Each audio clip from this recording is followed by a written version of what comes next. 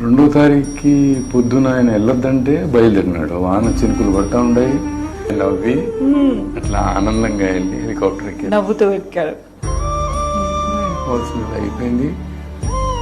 2వ తారీఖు అంతా ఎక్కారు. ఎదురు చూస్తున్నాము, ఎక్కడో చేతి తిప్పాడని విన్నాము, ఎక్కడో తెల్లబట్టల్లో మనిషి కనపడ్డాడని చెప్పాము. అడుగుల్లోకి మనుషులు పోయినారు.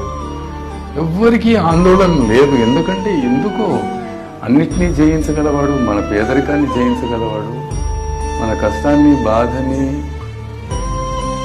తాటి నుంచి ఇంకో తాటికి తీసుకెళ్లగలవాడు. ఈ ప్రమాదం దాటి రాలేడా అనిపించింది. అందరికీ భక్తి ప్రేమని వదులుకున్నట్లు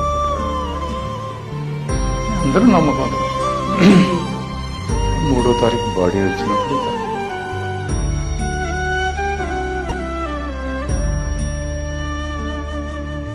ముగిసిందిలా నీ జీవితం చేదు గురుతులతో,